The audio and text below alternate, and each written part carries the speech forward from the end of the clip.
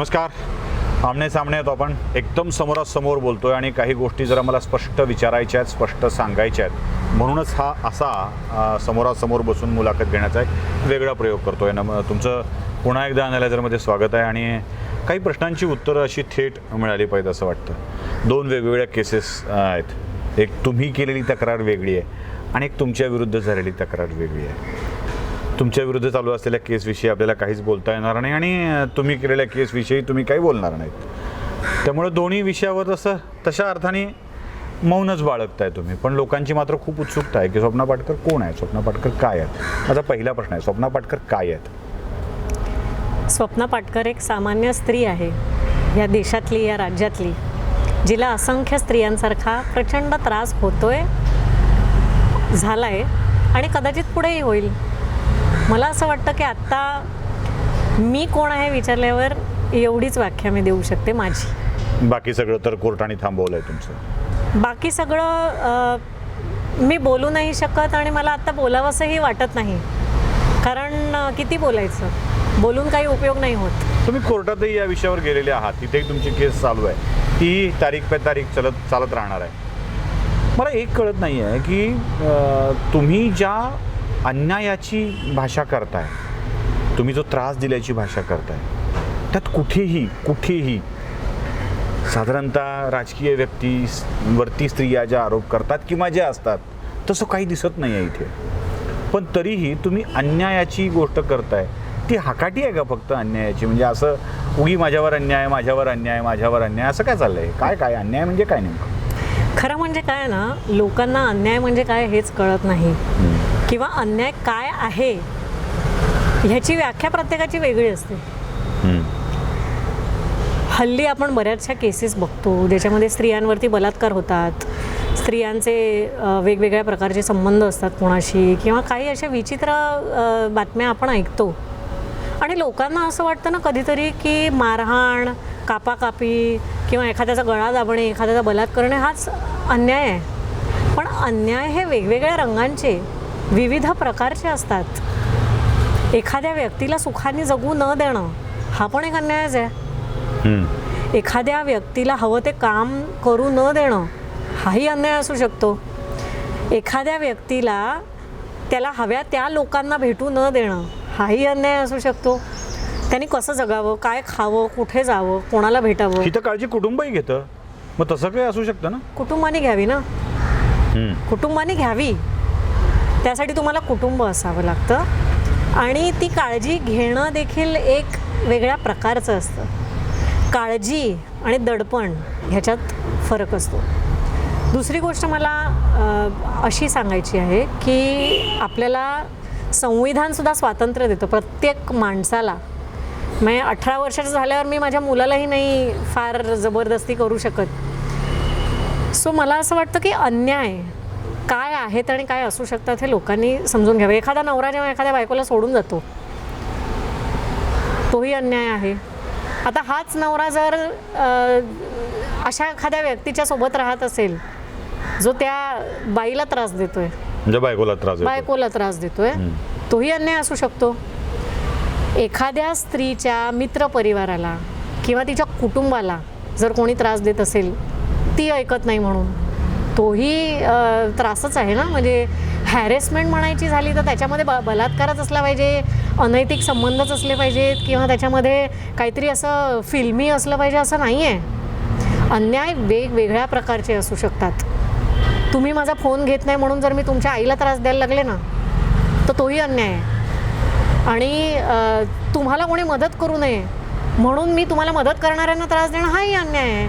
त्यामुळे आता अन्यायाची जर मी यादी करून जर एक पुस्तक लिहिलं आणि छापायचं ठरवलं तर माझ्याकडे अन्यायाच्या खूप साऱ्या व्याख्या आहेत. जगाने थोडंसं अपग्रेड केलं पाहिजे. आपल्या मोबाईलमध्ये पण अनुभव आहेत म्हणूनच व्याख्या आहेत ना. मी पुस्तकी काहीच बोलत नाही. मला असं वाटतं माझे सगळे टेक्स्टबुक फेल झाले. मला माझ्या डिग्र्यांवरती खूप अभिमान होता आणि मी वारंवार टेलिफोनवर किंवा वेगवेगळ्या ठिकाणी बोलायचे की माझ्याकडनं सगळं काही हिरावून घेऊ शकतं, पण माझं जे काही क्वालिफिकेशन आहे ते कोणी हिरावून घेऊ शकत नाही. तो अभिमान आहे ना, तो त्याच्यावरती थंडगार पाणी पडलं आहे. कारण माझं क्वालिफिकेशन पण हिरावून घेतलं त्यामुळे मी आता डिग्र्यांवर किंवा टेक्स्टबुक्स ह्याच्यावरती बोलूच नाही. मी फक्त बोलू शकते ते अनुभवांबद्दल. कारण माझ्याकडे जे उरलं आहे चाळणीतनं काढल्यावर ते फक्त चांगली काही उरलेली माणसं, माझं कुटुंब आणि हे अनुभव आहेत.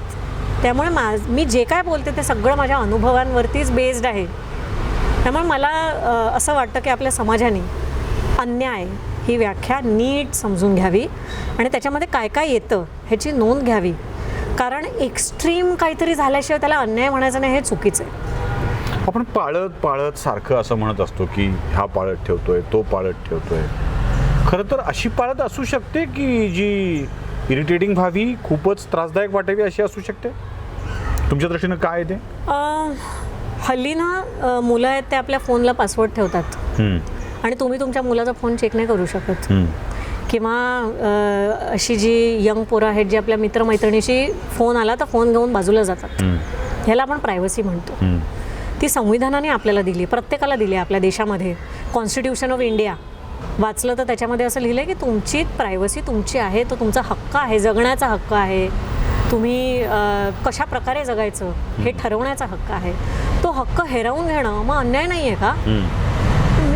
कोण कुठे जातं किंवा एखादी स्त्री कुठे जाते, कोणाला भेटते, काय करते ह्याच्यावरती पाळत ठेवणं हा अन्याय आहे. एखादी स्त्री कोणत्या प्रकारचं काम तिने करावं किंवा नाही करावं हे तिला सांगणं हा पण अन्याय आहे. सो अन्याय पुन्हा मी सांगते की त्याची परिभाषा जी आहे. पाळत या विषयावर होतो आपण, की कितपत असं वाटतं तुम्हाला, काय लक्ष ठेवणं म्हणजे काय काय तुम्ही अन्यायकारक समजता? CCTV कॅमेरा सारखं जर आपल्यावरती कोणी लक्ष ठेवून असेल सतत तर ते माणसाला वेडं करतं. मग ती स्त्री असो किंवा पुरुष. आणि स्त्रीसाठी ते जास्त कठीण असतं. कारण हे अगदीच चुकीचं आहे की तुम्ही स्त्रीचं संपूर्ण आयुष्य जे आहे ते कॅमेरामध्ये पाहताय. हा खूप मोठा गुन्हा आहे जो कोणीच करू नये असं मला वाटतं. ह्याचा मी कशाशीच काही संबंध न लावता मला असं वाटतं की रिक्वेस्ट करते आपल्या समाजाला की स्त्रीला जगू द्या. स्त्रीला तिला जगायचं आहे तसं जगू द्या. तिला शांतपणे जगू द्या. CC कॅमेरा बनवू नका तिचा. आर्थिक विषयातही बऱ्याच होत असतं नुकसान, फसवणूक. अर्थात प्रत्येकाला ना फेसबुकवरती आपण उठलो बसलोचे फोटो आवडत नाहीत. प्रत्येकाला सांगायला आवडत नाही की माझ्या आयुष्यामध्ये आता असं झालं, मी आता ह्या रेस्टॉरंटमध्ये गेलो, मी एअरपोर्टमध्ये चेक इन केलं. काही लोक असतात जे प्रायव्हेट असतात आणि प्रत्येकाचं लाईफ प्रायव्हेट असतं, प्रत्येकाची नाती प्रायव्हेट असतात, प्रत्येकाच्या आयुष्यामध्ये ते काय खातात, काय पितात, कुठे जातात हे त्यांना प्रायव्हेट ठेवायचं असतं. ते चव्हाट्यावर आणणं किंवा त्याच्याबद्दल इथे तिथे बोलणं किंवा त्याच्यावरती लक्ष ठेवून त्या व्यक्तीला सांगणं की बघ मला माहिती आहे, हे चुकीचं आहे आणि ते कुणीच नाही करावं असं मी. आपण असं गृहीत धरूया की तुमचे आणि माझे मैत्रीचे संबंध आहेत. मी तुमच्यावरती कंट्रोल ठेवायचा प्रयत्न करतोय, मी तुमच्यावरती धाक दाखवायचा प्रयत्न करतोय. आता हे धाक दाखवणं तुमच्या काळजीपोटी करत असतो की काही स्वार्थी हेतू त्यामागचे माझे असू शकतात? तुम्हाला काय वाटतं ते? जेव्हा मला असं वाटतं की ती काळजी आहे तोपर्यंतच ती काळजी राहू शकते ना. ज्या दिवशी मला असं वाटायला लागेल की माझे हक्क भंग होत आहेत त्यावेळेला ती काळजी कशी राहील आणि कोणी माझी काळजी करावी आणि कोणी नाही करावी हे मी ठरवायला हवं. माझ्या आईने मला एक कानाखाली वाजवली, माझ्या भावानी जर मला एक कानाखाली वाजवली तर ती मला मंजूर आहे. जगातला आलं गेलं कोणी येऊन मला कानाखाली वाजवायला लागलं आणि माझं काय चांगलं वाईट आहे सांगायला लागलं तर मी कसं काय ऐकून घ्यायचं? हो, समजा मी काळजी म्हणून तुमच्या मित्राला सांगतोय की बाबा तू तुमच्यापासून दूर राहा. माझा कोणी मित्र आहे, तुमचा कोणी मित्र आहे आणि माझ्या घरातला एक मोठा व्यक्ती असा असतो की त्या मित्राला सांगतो तुझ्यापासून दूर राहा, तू त्याचं आयुष्य खराब करू नकोस, तुझ्या अस्तित्वामुळं त्याला त्रास होतो आहे असं कोणी सांगत असेल आणि माझ्या मित्राला दूर करत असेल तर त्यात गैर काय की दोन्ही बाजूनी तेच चालू असतं? मी तुम्हाला सांगू, लहानपणी आहे ना आईवडील सांगतातच हुशार मुलाबरोबर बस, चांगल्या घरातल्या मुलांबरोबर राहा. का तर तसे संस्कार होतील, तशी सोबत राहते, मग तुम्ही तसेच होता.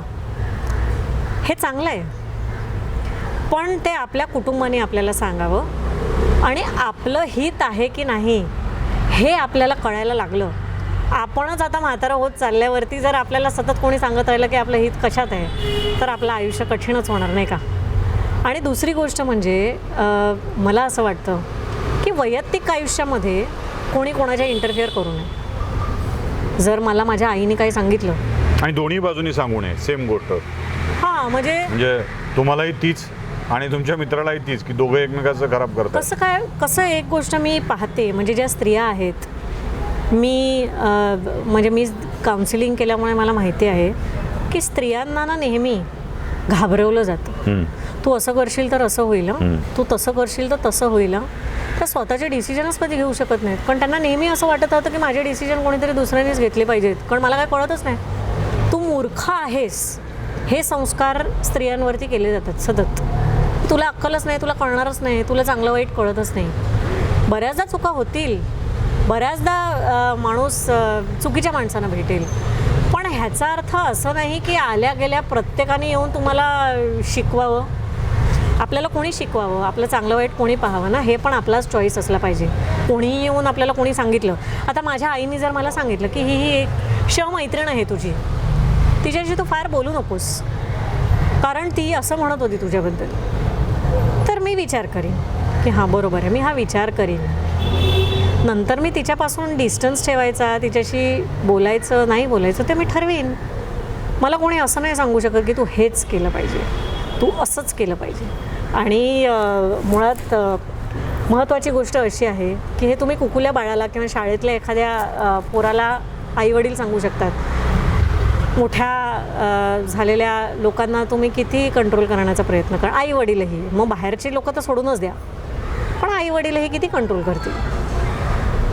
अशीच दिव्यदृष्टी ठेवणारी अनेक माणसं आपल्याकडं आहेत. मी दिव्यदृष्टी हा शब्द मुद्दाम वापरतोय कारण आपल्याच दिव्यदृष्टीनी जग दिसू शकतं आणि तसंच बघणारी माणसं, जे बघितलंय ते तसंच आपल्याला हवं तसं सांगणारी माणसं, अशी दिव्यदृष्टी माणसं आपल्याकडं अनेक आहे. आणि याच लोकांनी ना लोकाला त्रास देण्यासाठी अक्षरशः ऊत आणलाय, आणि या त्रासालाच कंटाळून वैतागलेली माणसं विरोध केला की अखेर जेलमध्ये जाऊ लागली आहेत. म्हणूनच या सरळ सरळ आमने सामने गप्पा आपण मारलेल्या आहेत, ज्यांनी जेलची वारी केली आहे त्यांच्याविषयी. एक जेलमधला माणूस अनेक वेळेला तुम्हाला मी भेटवला आहे, सुटून आलेला माणूस भेटवला आहे.